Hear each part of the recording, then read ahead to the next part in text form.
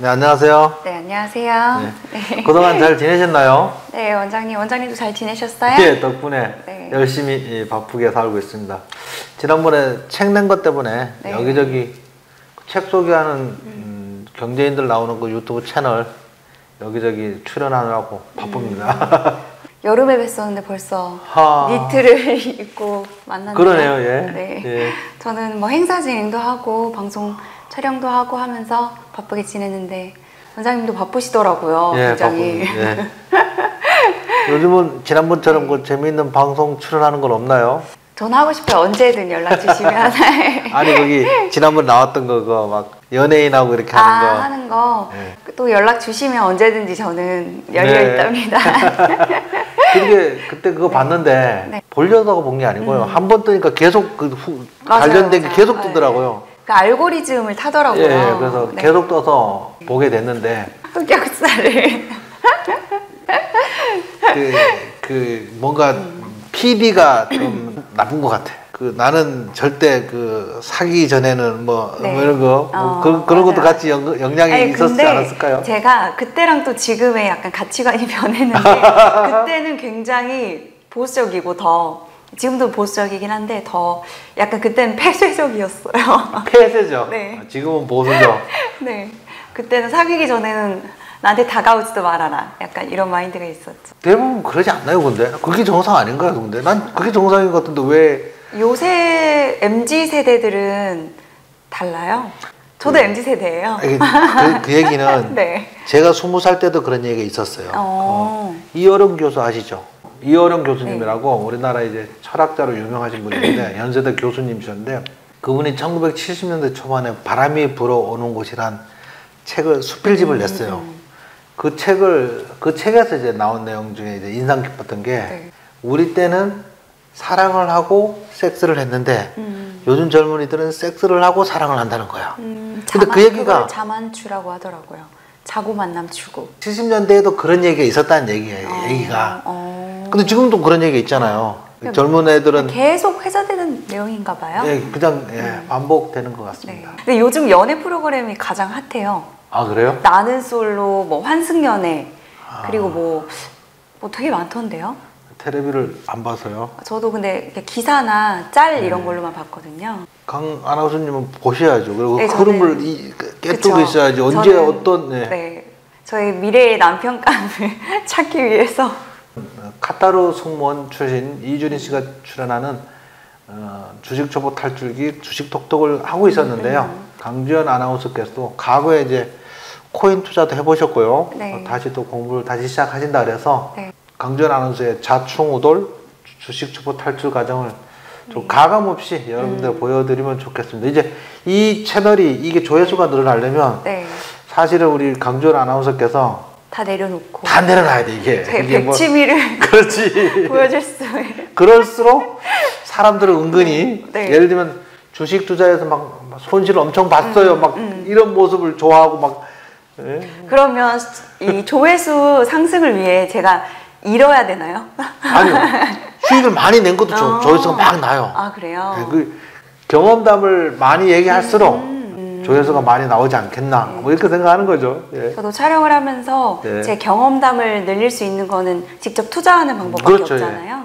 그래서 많이 투자를 더 열심히 공격적으로 좀 해보겠습니다. 또 주식 투자하려면 또 기업 분석도 또 해야 되고 그러면 저도 자연스럽게 이제 공부를 하다 보면 뭐 경제 지식도 쌓이고 일석이조가 아닐까 싶은데요. 처음부터는 이제 공격적이라기보다는 좀 소액으로 소액으로 공격적으로 해야 됩니다. 소액을 공격적으로. 소액을 공격적으로 해요. 겁 없이. 그래서 자꾸 피를 흘려봐야지. 큰 금액으로 하면 힘든데 작은 금액으로. 제가 지혈이 잘 안 되는 그러니까 작은 금액으로. 작은 금액. 소액으로 해서 공격적으로 하다 보면 수익 날 때도 있고 손실 날 때도 있고 뭐 그러다 보면 그게 쌓여야지. 먼저 요즘 가장 크게 화두되고 있는 그 부동산 PF 사태 좀 심각하잖아요. 그래서 이거에 대해서도 좀 자세하게 설명을 듣고 싶고 또 앞으로 어떻게 될지 원장님 의견이 굉장히 궁금합니다.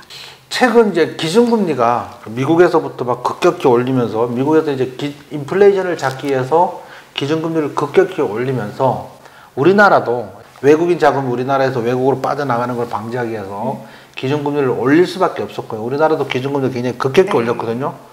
그러다 보니까 시중금리도 올리게 된 거예요. 그래서 기업의 자금 조달 창구인 채권 시장도 금리가 빠르게 오르고 있어서 뭔가 이제 긴장되고 있고 얼어붙고 있는 과정 중에 강원도의 이제 레고랜드 그 프로젝트 파이낸싱 자산 유동화 기업 업무를 강원도에서 지급 보증을 했는데 네. 이제 이번에 그냥 기업 회생을 하게 절차를 거치겠다 이렇게 나온 거예요. 그러니까 시장에서 정부가 보증하는 게 가장 안전할 거고 두 번째로 거기 은행에서 지급 보증이나 또는 지자체에서 지급 보증하는 게 굉장히 안전한 거라고 생각했는데 지자체에서 이걸 부도낸다고 하니까 그 외에 PF까지 바짝 긴장을 하고 그래서 연장을 안 해주고 막 이런 일이 벌어졌어요. 근데 그러려면 이걸 이해하려면 PF를 좀 이해를 해야 되는데 예를 들면 이제 KT에서 네. KT가 어떤 큰 부지를 가지고 있다고 쳐요. 땅을 갖고 있으면 노는 땅이 있으면 이제 과거에는 이제 전봇대를 막 잔뜩 쌓아놓고 그래서 전봇대를 꽂고 그랬는데 지금 그런 게 다 지하되면서 필요 없어졌잖아요. 그러니까 땅이 남는 거야. 여기에 아파트를 지려고 하면 그걸 지려고 생각하는 이 KT는 시행사가 되는 거예요. 시행사. 네. 시행사가 돼서 이걸 짓고 싶다 그러면 건설회사하고 이제 얘기가 돼야 되잖아요. 건설회사는 시공사가 되는 거예요. 그래서 시행사가 시공사를 만나서 아파트를 짓고 싶은데 어떻게 하면 좋겠냐 그러면 그렇게 하자. 그렇게 하면 거기에 중간에 페이퍼 컴퍼니를 만들어요. 회사 그냥 네. 그 아파트를 건설을 해서 분양까지 책임질 임시회사를 만드는 거야. 과거에는 2000년 이전에는 우리 아버님 세대에 네. 아파트 청약받고 분양받으려면 중간에 중도금을 한 번, 두 번, 세 번 내고 나눠서 내고 그랬어요. 입주할 때 돈을 다 내는 걸로 바뀌었어요 이게. 네네. 그러니까 그 중간에 건설 자금이 들어가잖아요. 이거를 그 시공사, 건설회사가 지급 보증을 하면서 은행에서 대출을 해주는 거예요. 그 건설비를. 네. 건설하는 기간이 보통 2, 3년씩 걸리니까 네. 당연히 그 인건비도 나갈 거고 막 자재도 들어가고 막 많이 들어갈 거잖아요. 네. 그게 PF예요.